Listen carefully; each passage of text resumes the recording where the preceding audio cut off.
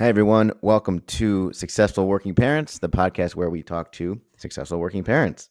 Today, my guest is an educator, an author, and the founder of Big World of Little Dude, originally hailing from Australia. Ladies and gentlemen, Cara Zelas. Hi, Zach. Cara, how are you? Hi. Hi, Anthony. How you doing? I'm doing well, thanks. Thank you for being here today. Yeah, thanks for having me. Really excited to chat with you today. Great. So let's just dive right in. First thing we'd like to do is just hear a little bit more about your career up until now. Sure. My background is in media and communications. That was my first degree and sort of my first foray into the working world. And I worked in post-production companies doing things like television, commercials, sports. And then I kind of had a moment where I was just thinking, this is not what I'm passionate about. This is not bringing me joy. And I've always loved being around kids. And I decided to go back to university and get a graduate degree in elementary education. And that was the best decision of my life because it set me on a trajectory that fills me with passion and joy and purpose. So I studied elementary education. Then I taught grade 4 in an elementary school in Australia, which was a wonderful experience. And then I moved to America. And I was in Los Angeles and then New York. And teaching in New York is actually quite tough to crack into. So I decided to go and study some more. And I found this amazing school called Westside Montessori School in the Upper West Side. And they are a school as well as a teaching school. So they offer a fabulous Montessori education program. And so I was like, this is great. I can, continue learning about different philosophies of education. It made me very curious. It gave me more training in the early childhood period of education, that 3 to 6 age range. And yeah, I had such a fantastic experience at that school. And once I finished my studies there, I went to teach there at that school. Wow, And great. yeah, I want to get into what's next, of course, but before I do, I thought it was really interesting hearing about your original career and how it just wasn't really bringing you joy anymore. I think that's something that most people can relate to, and just hmm thinking, what else can I do? I had a similar experience. I was working on Wall Street for a while and really changed careers about 10 years ago. So I'd love to hear a little bit more about that as far as what were you experiencing, and was there kind of like a final straw, or how did you kind of build up the courage to do that? Did you go to school on the side? no, I just was working in a job that in this area of sports, I was doing things like the Grand Moto GP, so like with race cars and like rugby, Australian rugby, and I'm just not a sports person. Like even though I'm Australian and Australian sport is like a religion, it's just something that doesn't, it's not something that I enjoy watching. Um, I like participating in sport, but just watching isn't my thing. And I just thought, like, what am I doing? I was like in my mid 20s. Um, and I just was like, what am I doing here? This is not what I want to be do. I felt like I was failing because I wasn't enjoying myself and I just couldn't see myself progressing. Sure. So did you get your teaching degree on the side while you were still doing that, or did you just quit and do that full time? I just totally quit that job and I went back to study full time. Wow. Yeah, great, great, good for you. Yes. That's Yeah. always something I think that people find inspiring, and it's just such a hard leap to make. Did you have to talk yourself into it, or how did you kind of just make that jump? Yeah, I just decided that this is what I was going to do. And I just leapt into the abyss of this is it. Sure. Yeah, Well, and I'm lucky congrats. I had the like support of my family. They were really supportive, and I think that always helps when you're like have that support around you to say, "Yes, we're going to encourage you to follow your passions and do something different." And yes. Sure. So tell us a little bit more about your family life. I know you have kids. How old are they? Remind me again. Yeah, I have two children. Theodore is 3 and Grace is 7, and they're really beautiful children. I'm so blessed. Awesome. And so, how has being a parent, well, how did being an educator influence your role as a mother? I think you have, you wear two different hats. It's funny because, yeah, you have two different hats. Like, just because you're an educator and teacher doesn't make you like the perfect mother, because you have kids can like push your buttons, and they can test you. And so it did obviously give me a really good insight into child development and how to like talk to my children and the language to use and best ways to support them, which came in real handy during the pandemic when I had to homeschool. I didn't feel like lost or anything. I was like, yes, this is my passion. And I actually wrote a homeschool curriculum during the pandemic. So, and my daughter was my tester. So yeah, I, I feel like an advantage having that background, but Sure. yeah. And do you think that after becoming a parent, it influenced the way you were an educator going forward? Yes, definitely. Definitely. How I can so? definitely say that just because um, you have kids 24/7, so you understand parents. So, when you're a teacher and you're starting out and you don't have your own kids, there's kind of like not a disconnect, not that you can't be a good teacher if you don't have kids. That's not what I'm saying, but it just gives you an insight into parents and Sure. parenting and how Sure. your kids, when they get to school, and you see the parents, it gives you like an insight of, the complexities of having children and having a family. And it just gives you another layer of understanding. Yeah, absolutely. I don't know if I told you this. My wife is a principal of a high school, and so Oh, obviously, okay. yeah, so education background, and now she was a teacher, now a principal. So I'm really curious to see how that skill set manifests itself when she becomes a mom, because we're expecting. Hmm. So really curious to see how Hmm. that plays out. It should Yeah, be it helps interesting. when like things like school choice and knowing what to look for when you walk into a school or when you meet your teacher. Are they saying the right things? Or the curriculum, is that like, is it the right curriculum? Are they doing phonics? Like, all the buzzwords and what to look for in Sure. schooling. Did you like deep down always want to be a teacher, and then it's something that you finally went for, or was it something that you didn't really think was for you until through your career? Well, I think that in Australia, when you are 17, 18, you get your, grade 12 marks back, and then you apply for university. And it's not like here where you do an arts degree. It's like, no, you choose off the bat what you want to do. I want to be a teacher, a doctor, a lawyer. And like you're diving into that course straight away. There's not really like here where you do a general arts and then you figure out your major. No, you decide straight away. So what do you know at 17? Yeah, Sure. like media and Totally. communication. That sounds cool. Like I'm going to do Right. that. You Yeah. don't have that insight. Um, and working with kids, like I always babysat, and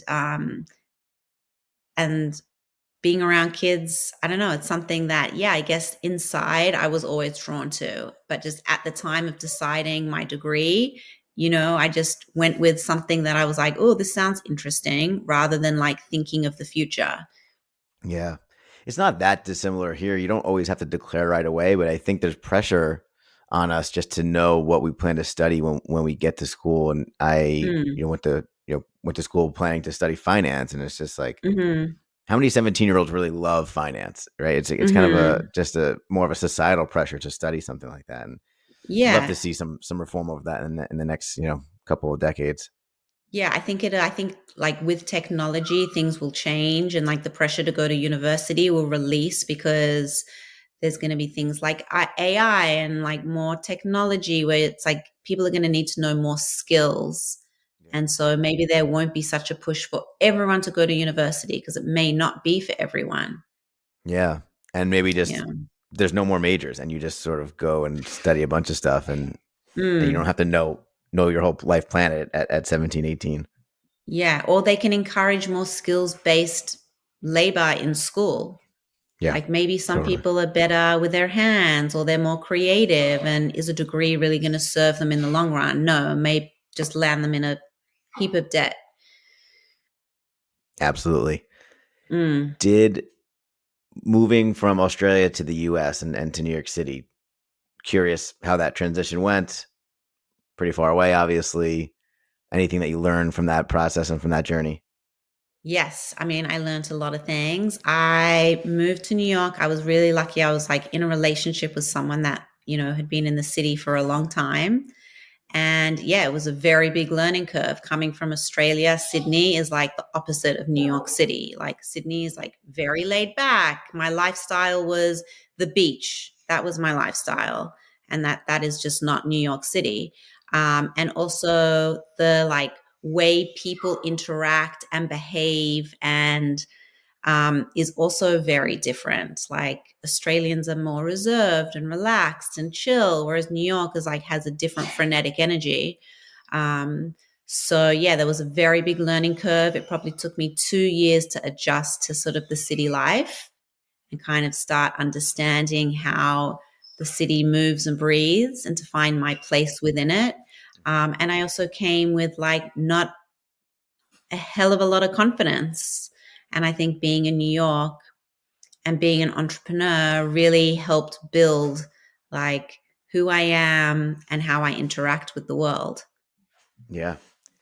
I mean, the cliche of if you can make it here, you can make it anywhere. I think there's probably Hmm. some truth to that. I would say so because it's a really hard market to crack.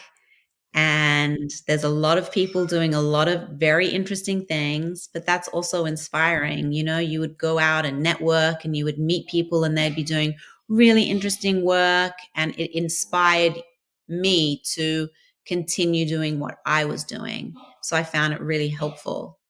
Yeah, there's so many people in New York, and Hmm. there's so many tiers of existence in society, and to your point, so many Hmm. people doing so many things.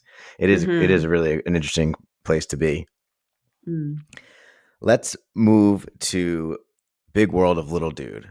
Hmm. Let's just start with what it is and Okay. how you founded it. Sure. So it came about very organically. I have a dog, Little Dude, and we were volunteering with the Good Dog Foundation, which is a dog therapy foundation. So you do a training and then you go. Sorry, that's my dog Is now. that little Speaking of dude? Little Dude, yeah, yeah, yeah, Wow, guest appearance. He knew we were yeah, talking about him. yeah, yeah. And I think um, I'm just gonna text my husband to take Okay, him. no problem. The Quiet Place. You can all edit this out, I'm assuming. Hang on one Yeah, second. no, yes, no problem. Sorry about that. That's okay. So No, I think it's good we had some little dude content. yeah. um, he interrupted at exactly the right moment. So yeah, Little Dude and I were a dog therapy team with the Good Dog Foundation, and that I had no idea what that would entail when I embarked on this volunteer work. And I had just so many amazing experiences with a whole part of society that's hidden. So I would go to pediatrics ICU and see like really sick children, maybe children that would never ever be neurotypical or just unwell and met their families. Or I'd go to like a charter school for autism and see a whole other range of kids that like you don't see in general population in schools. You don't come into contact with um, people like this every day. So it really opened up my eyes to what's going on in different institutions. Um, yeah, like I'd go to, yeah, I went to a large range of places. And then just the interactions I had with other people, I just realized that like a small act of kindness can have a really big impact. Um, Even though my visit with little dude wasn't going to change their current situation, for a small moment in time, it bring them positivity and joy and happiness for that moment in like a day that could be quite difficult. And so I wanted to explain that exchange of kindness and how it was like beautiful for the person who I was visiting, but it also felt good for me. And I wanted to teach that idea to the children in the early childhood classroom I was teaching in.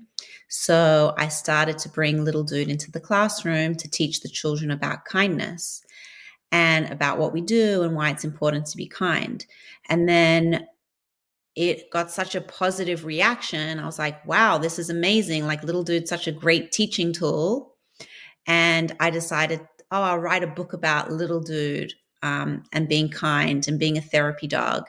And then I really sort of asked myself the question, we teach one, two, threes, we teach ABCs to our early learners. Why don't we teach explicitly what is kindness? What are manners? What is respect? What is empathy? Like, why aren't we teaching this in an explicit way? And that led me on a path of discovering social and emotional learning.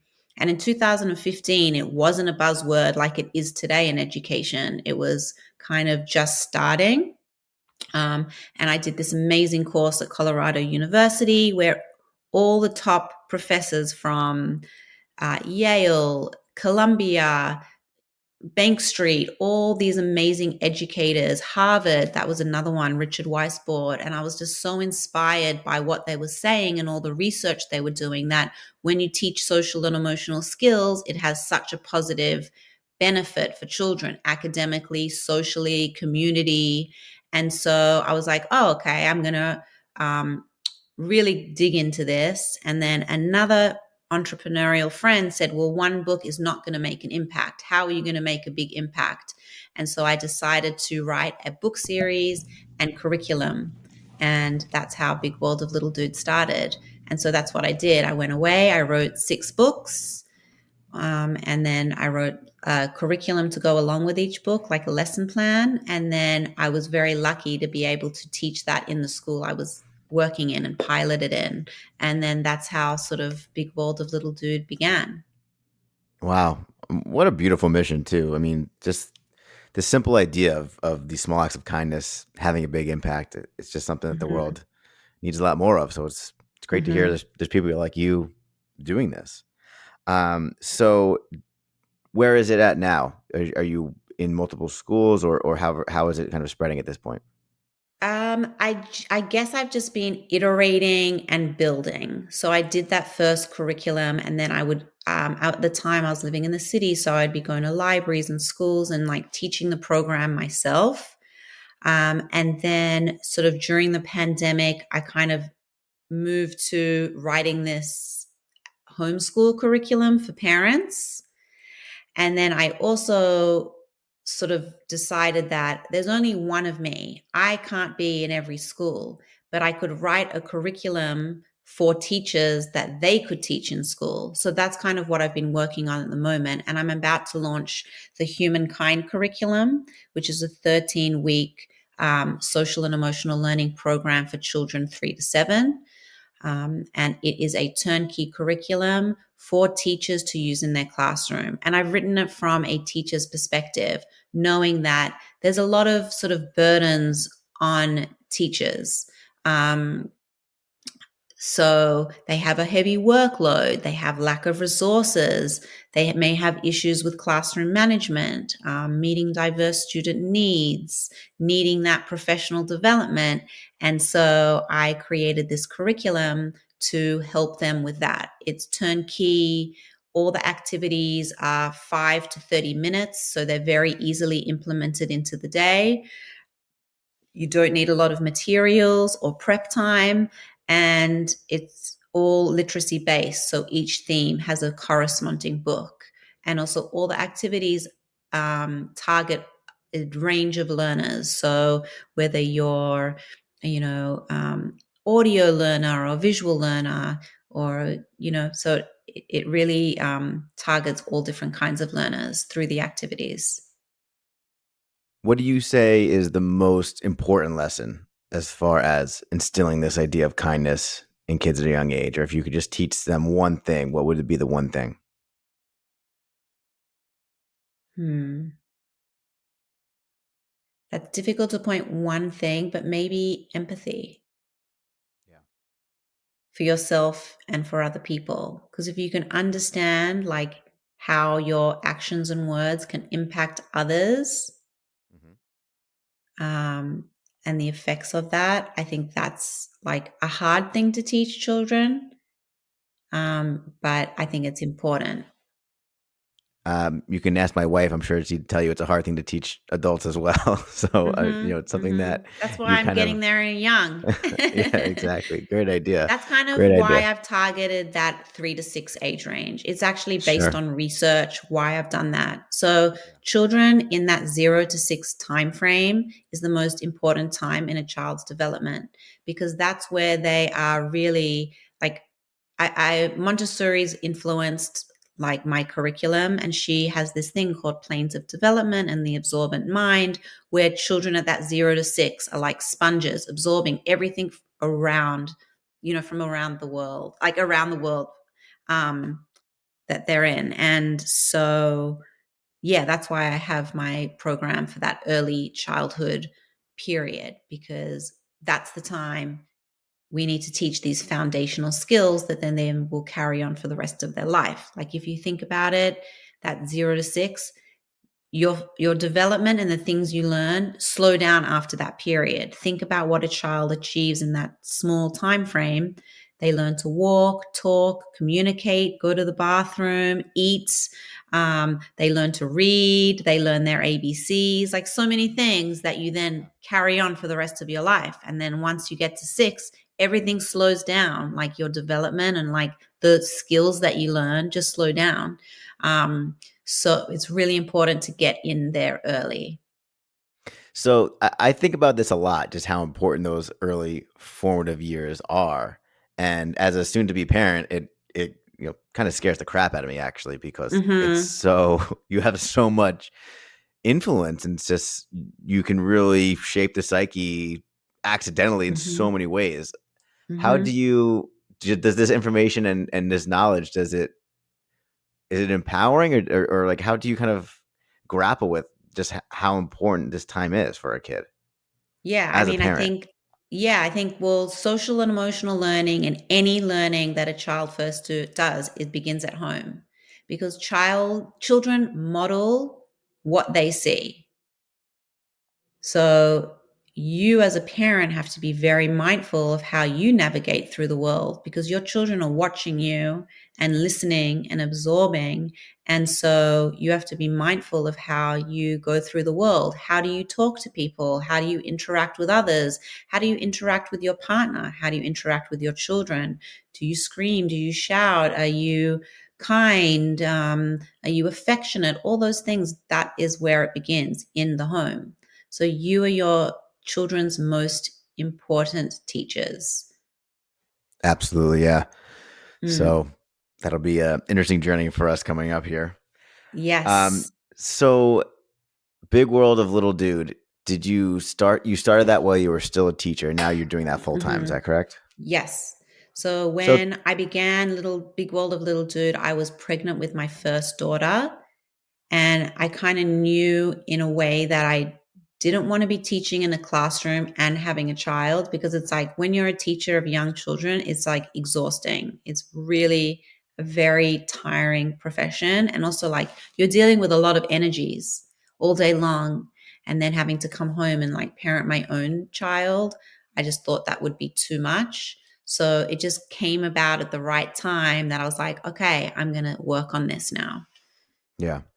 So I'd love to hear a little bit more about that journey as far as just being an entrepreneur and getting a company started from the ground up.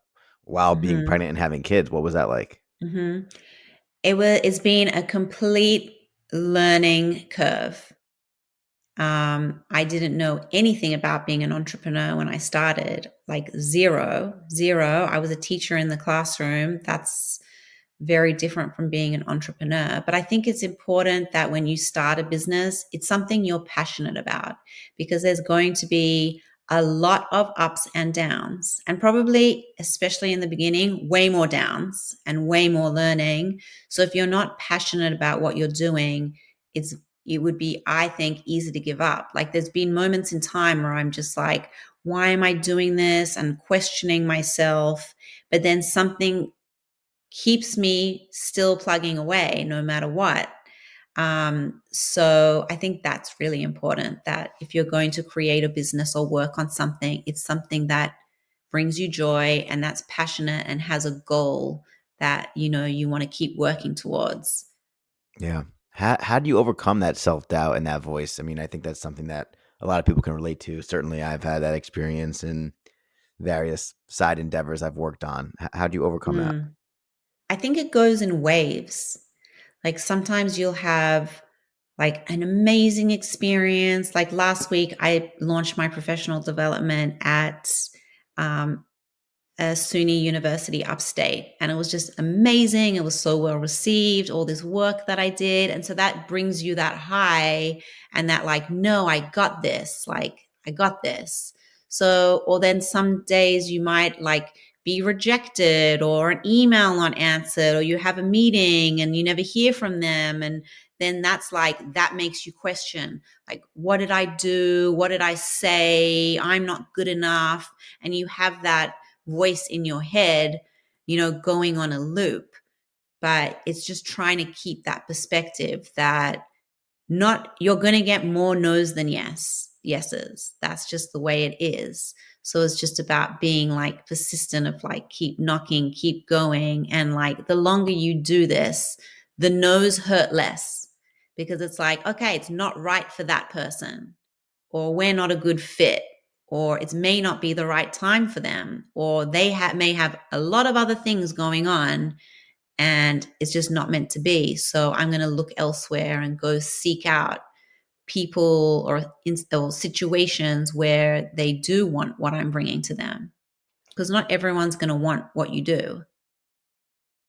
Yeah, I work in sales, so I can definitely Mm. relate to getting more no's than yeses. And Mhm. I think Mhm. kind of one of the things you're mentioning is those some of those wins are really important. It's almost like you have to weather the storm until the next win, and then that really gives you some momentum and gives you the mental fortitude to make it through nine more no's until that yes again, right? Right. And it gives you the energy to keep going Yeah, because you're and a like, reminder of okay, why you're no, doing it. exactly. What about just time management? I imagine you're probably working more than you were as a teacher. You have two Mm. kids. How have you dealt with just managing your time?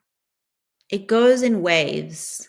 Like, say when you're pregnant and then you're about to have it, you can work when you're pregnant, but it's like when you have that baby, like for 3 months or a couple of months, like you're out, like your focus is your baby. That's where your energy goes. And kind of so you have that, you've mentally prepared yourself for that there's going to be a little break then.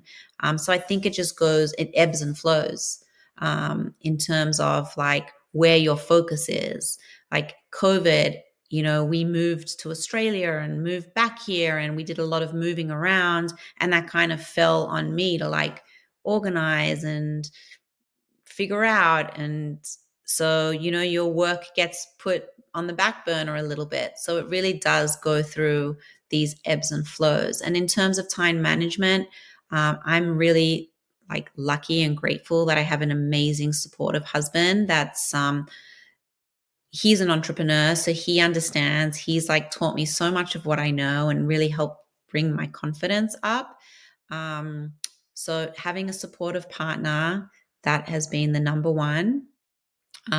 Getting help. So whether that's like getting childcare, that's another one. Um, so I think the combination of those two, like outsourcing childcare And so you have that time, and like being supportive partner. Yeah. And then are there times where you have to choose, like either you have to go to a recital or not, and things like that? Definitely, definitely. I try to put my kids, things first because they're only little for such a short amount of time. Like, I don't Yeah. want to miss out going to a recital. That's more important than any work that I'm doing because that's like brings them joy and I'm supporting them and I want to see them. So I put that as a first priority. But yeah, sometimes, my husband will be traveling, so he's missed out on things. And yeah, you're not going to make everything. But I don't know. I put my kids first.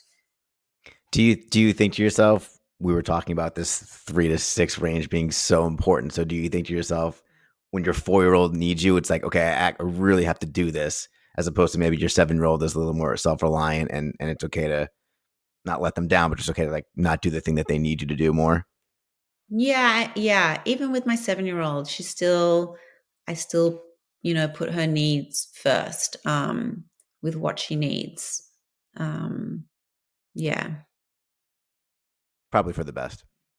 Yeah. And then So also they're so cute and little. They're not going to be little forever.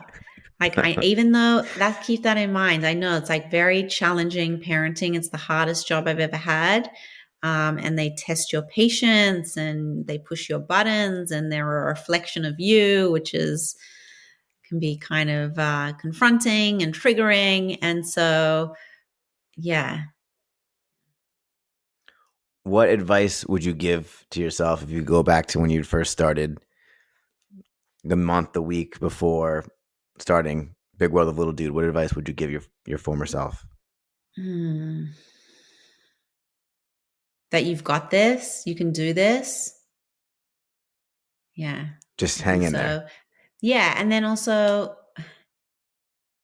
it's always easy to look back in hindsight and be like, I should have done this or I could have done this better. But like, that's not how life works. You do the best that you can with the tools that you have in the moment. And like, as I said, it's like a learning curve. So you're continuously learning new skills and new ways to operate. What advice would you give a mother who is in a similar situation to you, where she's working and she wants to start something on the side or start something new?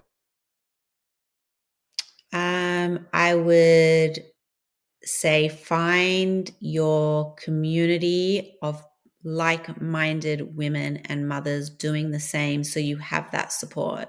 Like I've had that in and it's been extremely helpful.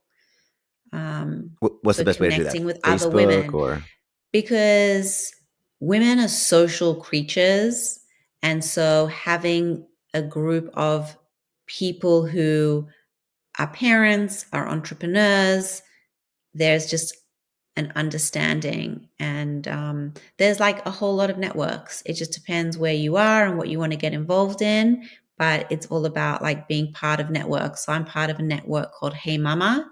It started in New York. First of all, it was all in-person events, like localized to New York City. But then as it's grown and the pandemic, it's made it sort of like all across America. And that is women entrepreneurs who have kids. Most people have kids called Hey Mama, and they're just an amazing community. Like very supportive, women supporting women, um, and you can tap into a lot of resources. So finding a community like that, there's a few out there like Female Founders Collective. If you want like more funding, and there's a lot of communities out there. So just find your tribe. yeah, shout out to Hey Mama. So is that something people just Google, or is there a Facebook group they would go Yes, to? no, it's a website. Hey Mama. It's Yeah, it's heymama.co. Heymama.co. Great. Yeah, and there's Female Founders Collective, another great one if you're looking for like funding or angel investors and pitch decks and things like that. That's very helpful for that. So it just depends what you're after. There's dreamers and doers. That's like very PR focused. So it just what kind of like depends what you're doing and what you're looking for. Sure. One last question for you. My wife is expecting a Hmm. child July 19th. What advice do you have Very for me? exciting. Yes. What advice do you have for me? Be the most supportive partner you can be, because having a baby is very emotional, very physical, and there's like a lot of hormones charging through your body through that process. And just having that supportive partner is imperative. Okay. That's great advice. Thank you. Yeah. Where can people go to connect with you, to learn more about you? Anything you want to plug or promote? Feel free. Sure. So you can find me at worldoflittledude.com or on Instagram at worldoflittledude. I have the Humankind curriculum, which is the 13-week literacy-based curriculum, great for homeschools, after schools, and school programs. It's going to be launching very soon. And I also have book series for parents that they can use at home. Awesome. Cara, thank you very much. Appreciate your time. It's been a pleasure. Thank you so much, Anthony. It was great chatting with you today.